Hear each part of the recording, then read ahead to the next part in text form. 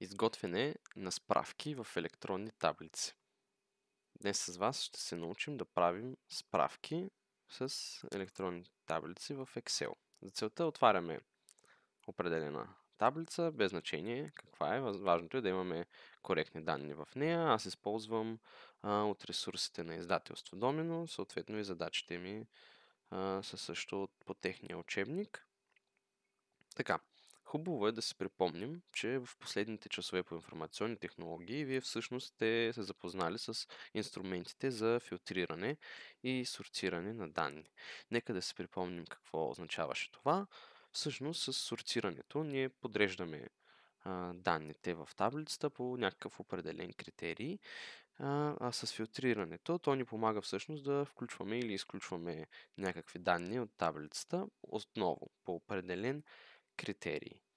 Така, изготвянето на справки. Какво представлява това нещо? Изготвянето на справки всъщност е един процес на събиране, организиране и представяне на данните, като с това целим ние да ги анализираме и всъщност да изведем определени данни, определена информация и нали, тя да ни е обобщена вече. Това е много полезно за работа с изключително обемни таблици и изключително обемен ресурс от информация. Така, как ще извършваме тези справки? Много е важно при изготвянето на справки информацията да ни е сортирана. Как извършвате сортирането? Маркираме си една определена колона, като няма никакво значение дали ще сортирате през менюто Home или през менюто Data. Аз ще ви покажа и двата начина. От менюто Home, след като сме си маркирали колоната, ето тук, горе в дясно, имаме Sort and Filter. И всъщност натискаме от A до Z и излиза ни този прозорец, натискаме Sort и както виждате, вече данните в тази колона издателство са сортирани по азбучен ред. Връщаме назад, за да покажа и другия начин. Отново си маркираме колоната, отиваме в раздел Data и всъщност ето тук вече разделение. Имаме Sort и Filter. Естествено натискаме Sort. Тук ни за същия прозорец. Натискаме Sort. Така, тук всъщност Sort By избираме издателство, защото казахме, че ще работим по него. Тези тук си ги оставаме така и отново избираме това сортиране по азбучен ред. Тази отметка тук е всъщност, ако случайно вашите колони нямат някакви наименования, те ще излязат с наименованията от таблицата. Но всъщност нашите имат и затова си ги оставаме така. Натискаме ОК и виждате, че вече нашите данни са сортирани по азбучен ред. Сега, как да направим една справка? Ако, примерно, от нас се изиска да кажем в нашия склад от различни издателства имаме различни канцеларски материали и ние трябва да определим колко бройки имаме. Да направим справка за наличност. Така, натискаме някъде в таблицата и отново от менюто Data отиваме на Subtotal. Натискаме го и ни за ето този прозорец. В полето At each Change In избираме издателство, защото ще работим по тази колона. Функцията, тук имаме различни функции. Минимум, максимум, average, sum и всъщност ние ще сумираме бройките. Затова оставаме тази функция. Тоест, без значение колко е обемна тази таблица, когато използваме тази функция, тя ще ни направи извадка на наличните бройки в нашия склад. Така, избираме бройки. Replace current subtotals ги съветвам да го премахнем, защото знаете, в някои фирми, примерно, те си правят справки и си ги пазят за всички определени години. Примерно имат справки за изминалите 30 или 40 години. Хубаво е да го махнем, защото ако се намират на едно място, което рядко се случва, но всъщност тази отметка ще ни замества данните с всяка нова справка.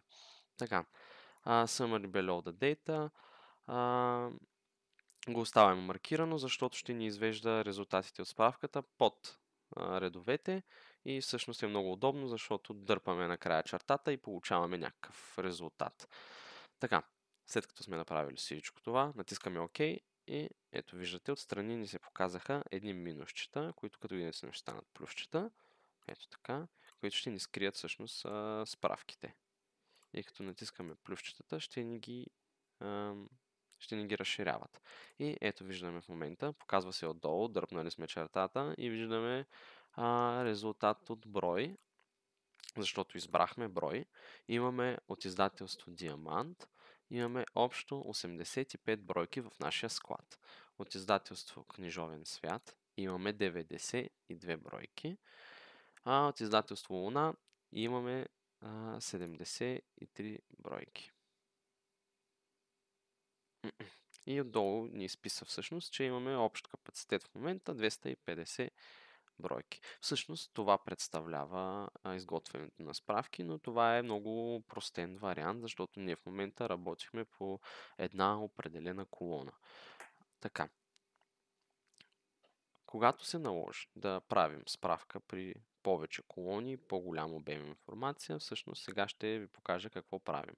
Извършили сме вече тази справка и имаме задача, примерно, да определим и минималния брой, който имаме от съответно издателство. Това ще ни е още един критерий. Така, отиваме отново, кликаме върху таблицата някъде, избираме отново Subtotal.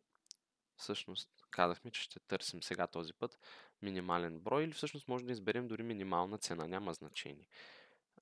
Когато изберем менюто с функции, избираме всъщност минимум, можем да изберем и максимум, можем да изберем и за средния брой.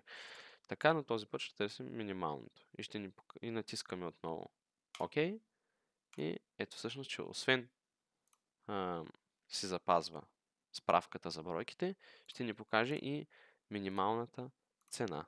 Ако сега отново натиснем в таблицата, отиваме на Subtotal, избираме отново издателство и ще изберем отново брой, но този път ще изберем отново минимум и сега вижте. Освен, че ще имаме общия брой от това издателство в нашия склад, ще имаме минималната цена на даден продукт и ще имаме нашия минимум като бройка в склад и всъщност ще видим, че имаме записки в българските въстания от Захари Стоянов, има само 2 бройки.